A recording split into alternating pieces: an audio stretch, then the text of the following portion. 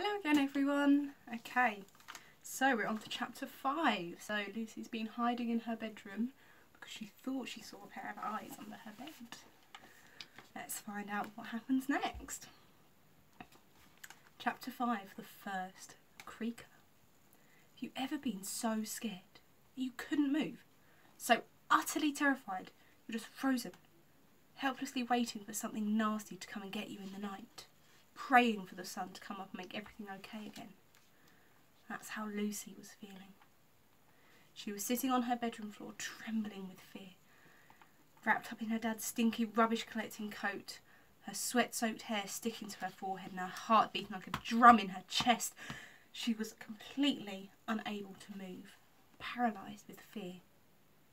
She tried to say, "Hello?" but she barely even managed the let alone the hello. So she just sat there staring into the shadows beneath her bed where she'd seen those two dark eyes watching her. She couldn't tell for how long she stayed frozen. Minutes? Hours? Time doesn't seem to exist when you're that scared. However long it was, after what felt like forever of staring into the darkness, somehow Lucy drifted off to sleep. Now I know what you're thinking. How can you just fall asleep when you're that scared? Well, that's just the thing. You can't. Not unless a creaker is there. What's a creaker? Don't tell me you've never heard of the Creakers. Well, it's the name of this book for starters. Haven't you been paying attention? Have you ever heard noises in your house when you're in bed at night? That's a creaker. Have you ever felt as though there's something else with you in your bedroom?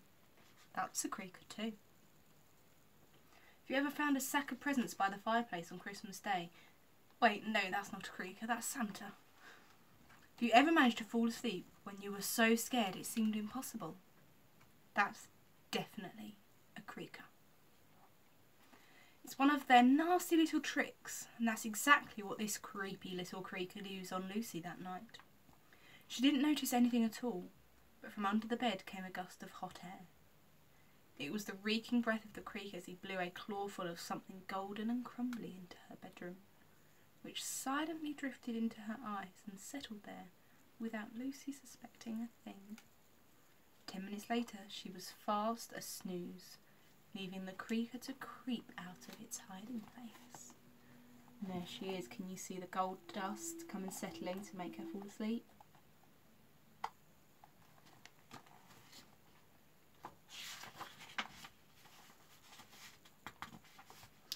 In his bedroom on the other side of Clutter Avenue, Norman Quirk was in his favourite Transformers PJs, busy ironing. "Creases, creases, creases," he huffed as he ran the hot iron over his scout uniform for the 5th time that night. The trousers were always the hardest part, and without his dad there to help, he just couldn't get them get them as neatly pressed as he thought was acceptable for a young scout.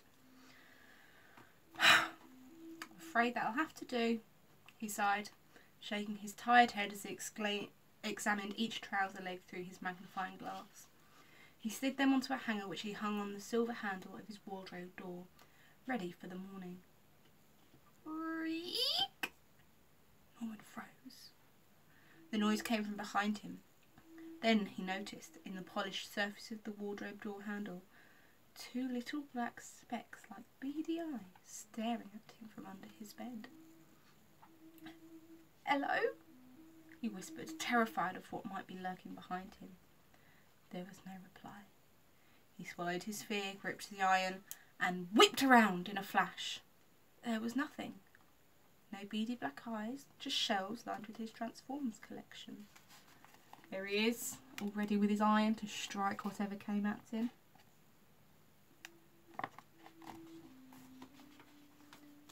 He sighed in relief, his heart still pounding. "At least I've got you here for company," he said as he dropped some food into the fish tank for his 2 pet underwater snails. Norman used to have goldfish, but it ran away. At least that's what his dad told him. He watched as what looked like 2 bogies wearing shells slowly slurped up the side of the tank, their oily black bodies leaving a trail on the inside of the glass. reached into the cold water to pat each snail on its hard, slimy shell. "Good night, Optimus. Good night, Megatron," he said. He grabbed his torch from the table, switched off his bedroom light and leapt into bed. He stayed up for a while reading. He read a page of Scout Monthly, learning the latest knot tying techniques. It was his favourite thing to read before bed. As he turned to the next page, he suddenly felt as though a cloud of tidiness had fallen over him. He shook his head, rubbed his eyes, began reading the first line when... Creak! Hello? Norman croaked, now feeling weak and floppy. He was sure he'd heard someone in his room. He was just too sleepy. His eyes closed automatically and his head fell back onto his fluffy pillow as he drifted into a strange dream about slimy black creatures with oily skin making creaking noises under his bed. Lucy skipped along the street in her baggy blue dungarees, dragging a black plastic sack behind her. "Dad, you forgot this one!" she called over the sound of the rubbish truck starting up. "Ah, well done, Lucy Pops," Mr. Dunstan said, cutting the engine and stepping out of his enormous vehicle. "Are you coming to work with me today?" He held out his hand as Lucy struggled to lift the heavy bag off the ground. "What the jiggins have you got in there?" he said, giving her a hand. There he is.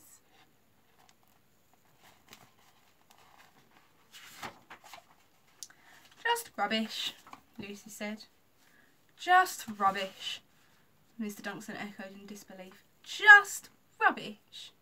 My little Lucy Pops, it's far more than just rubbish. It's glorious, it's wonderful, stinking, rotten rubbish." And he lifted Lucy in the bin bag and spun them around. "And this is wonderfully stinky stuff that puts food on our backs and clothes on the table." Lucy laughed. "Dad, you mean clothes on our back and food on the table?" "Do I? Oh yes, I suppose I do," he teased. "Right, throw it in then." He lifted Lucy up high so she could drop the bag of rubbish into the back of the truck. "Lovely throw, my Lucy Pops. Now, off you trot back to your mum and I'll see if I can turn that bag of rubbish into a nice pie for dinner." He popped Lucy back on the ground, pushed her fringe to one side and kissed her forehead before she turned and ran to her mum, who was standing in the doorway. "Have a good day, Larry," Mrs. Dunstan called. "Full of rotten goodness as always, my dear," he said, as he swung himself up into his truck and slammed the door shut with a bang. Lucy woke up from her dream in a startled panic. "How did I fall asleep?" she asked herself, and quickly looked around. There was an orange glow from her window as the first bit of sunlight poked through the curtains and began filling her room. The last thing she remembered was staring into the shadows beneath her bed, and the next moment she was waking up. She blinked, felt something in the corner of her eyes. She rubbed them. Tiny clumps of sleep fell out. Lucy wasn't sure why, but now that the sun had come up, she wasn't scared anymore. Funny how sunlight does that, isn't it? You can be scared stiff during the night, but as soon as it's daytime, you feel fine again.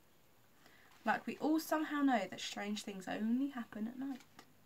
Lucy stood up, took off her dad's grubby coat, and returned it to its hiding place, and opened the curtains, allowing the sunlight to fill her room to the brim. Then she lay flat on the bed and carefully lowered her head over the edge to get a good look underneath. There was a nice gap under her bed, big enough for Lucy to fit if she ever wanted to. Big enough for her to be able to see right to the other side, and to her relief, there was nothing there. No scary little eyes staring back at her, just her creaky floorboards gathering dust. She sighed a big, fat sigh. Must have imagined it, she thought. Was it all in my head? She wondered. Must have been a nightmare, she hoped. A very realistic nightmare. But very soon Lucy was going to find out that it wasn't all in her head. Before long, Lucy was going to see those little black eyes again, and the next time the creaker would not be alone. Blimey, how you doing? That was a bit intense, wasn't it? Eyes under the bed, creaks in the dark. Well, I wish I could tell you that it gets better from here, but the rest of the book is full of pretty winged that the rest of the book is full of pretty winged ponies galloping across rainbows, scattering jelly beans from their hooves as they fly. But I'm afraid it isn't. It gets worse. A lot worse. What's worse than a creaker? You'll see. And we will see with tomorrow's chapter 6, the day after. Okay, hope you enjoyed that. Do pop me an email if you did. I love hearing from you guys, as I don't get to see you anymore. So I'll see you all tomorrow, or you'll see me tomorrow for chapter 6. Bye!